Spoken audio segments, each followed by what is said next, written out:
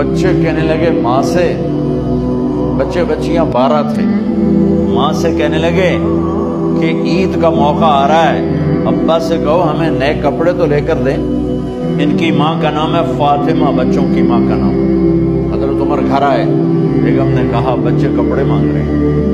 حضرت عمر کہنے لگے میرے پاس تو پیسے نہیں، تنخواہ میں تو مشکل سے روٹی پوری ہوتی ہے، کہاں سے لے کر دوں؟ تو تھوڑی دیر خاموش رہی بیگم، پھر کہنے لگی آپ ایسا کریں اگلے مہینے کی سیلری ایڈوانس لے لیں، اس سے میں کپڑے لے لیتی ہوں اور روٹی کا خرچہ میں مزدوری کر کے گھر بیٹھے مزدوری کر کے چلا لوں گی، آپ 1 مہینے کی تنخواہ ایڈوانس لے لیں۔ حضرت عمر بن عبدالعزیز واحد خلیفہ ہیں جن کے دور میں 3 بر اعظم میں زکوٰۃ لینے والا باقی نہیں بچا تھا۔ یہاں لاہور میں ان کی حکومت کے نیچے تھا، جنوبی اسپین فرانس ان کی حکومت کے نیچے تھا، کاشغر تک ان کی حکومت کے نیچے تھا، استنبول کے دروازوں تک ان کی حکومت تھی۔ 3 بر اعظم میں ایک آدمی زکوٰۃ لینے والا نہ بچا، اور اپنا حال یہ ہے کہ بیگم سے کہہ رہے ہیں پیسے کوئی نہیں، کپڑے کہاں سے لے کر دوں؟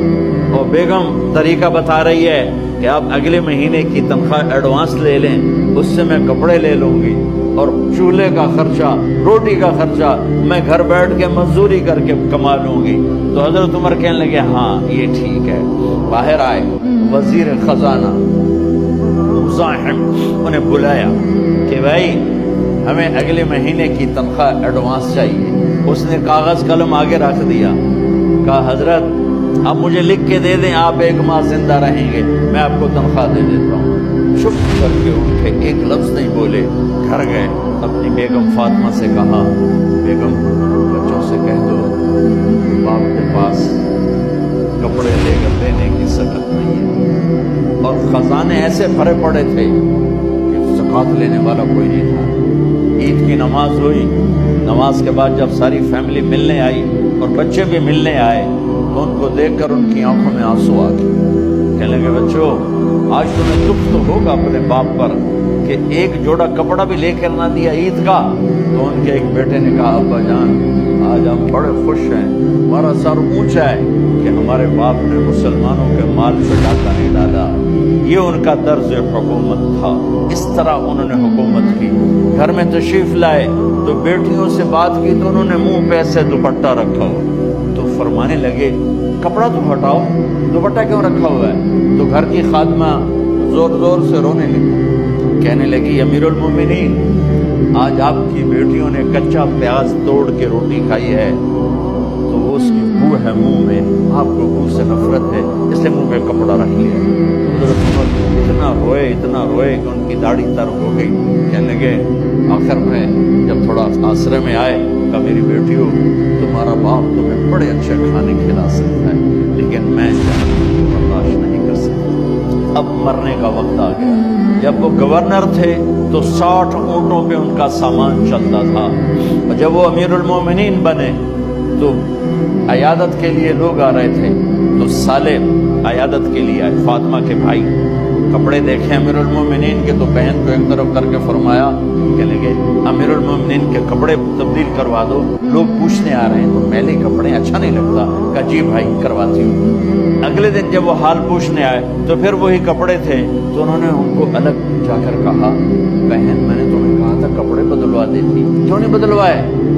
تو وہ رونے لگی، کہنے لگی کہاں سے بدلواؤں جوڑے، اور حکومت کتنی تھی 3 بر اعظم، ایک جوڑے میں اللہ سے ملنے جا رہا ہے۔ جب ان کی موت کا وقت قریب آیا تو انہوں نے رجا بن حیوہ کو بلایا، ان سے فرمانے لگے سنو میں نے 3 بادشاہوں کو قبر میں اتارا، لیکن ان کے کفن کی گرہ کو جب کھول کے دیکھا تو ان کے چہرے قبلے سے ہٹ چکے تھے، وہ رنگ ان کے کالے پڑ چکے تھے۔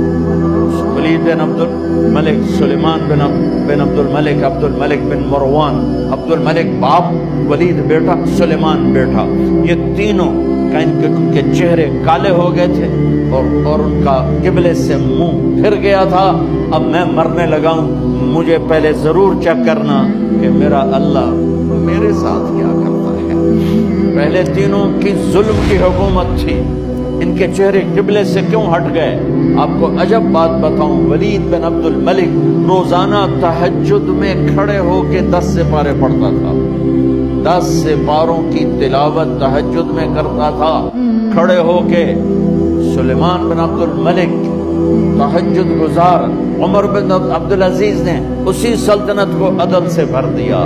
سلیمان بن عبد الملک کی ڈیڈ باڈی جب قبر کے قریب لائے اتارنے کے لیے تو ایسے ایسے ہلنے لگا، اس کا پورا جسم ہلنے لگا۔ تو اس کے بیٹوں نے کہا کہ ہمارے ابا زندہ ہیں۔ تو حضرت عمر نے فرمایا بیٹو زندہ نہیں ہے، عذاب قبر جلدی شروع ہو گیا ہے، قبر کی پکڑ پہلے شروع ہو گئی ہے، چھپاؤ اپنے باپ کو جلدی۔ جب عمر بن عبدالعزیز کی ڈیڈ باڈی قبر کے قریب کی گئی تو ایک دم ایسے ایک پرچہ ہوا میں اڑتا ہوا سب نے دیکھا، وہ آتے آتے آتے آتے آتے آتے یوں آ کے حضرت عمر کے سینے پر گر گیا۔ سب دیکھ رہے ہیں۔ جب اس پرچے کو اٹھا کے دیکھا گیا تو اس پہ ایک سطر پہ لکھا تھا بسم اللہ الرحمن الرحیم، اور دوسری سطر پہ لکھا تھا براءۃ من اللہ لعمر بن عبد العزیز من النار، یہ عمر کے لیے جہنم کی آگ سے نجات کا پروانہ۔ 3 بر اعظم کی سلطنت لے کر وہ جنت کا پروانہ لے کر دنیا سے گئے۔ جب ان کو قبر میں اتارا گیا تو انہوں نے رجا بن حیوہ سے فرمایا تھا 3 بادشاہوں کے چہرے دیکھے قبلے سے پھر گئے، رنگ کالے پڑ گئے، مجھے تم نے دیکھنا ہے کہ کیا ہوتا ہے۔ تو رجا فرماتے ہیں جب میں قبر میں اترا اور ان کے کفن کی گرہ کو کھول کے دیکھا تو چہرہ قبلے کی طرف فکس تھا، اور مجھے یوں لگا جیسے 14ویں رات کا چاند قبر میں اترا جائے۔ اللہ کو اپنی منزل بناؤ، اللہ کو اپنی منزل بناؤ، اللہ کو اپنی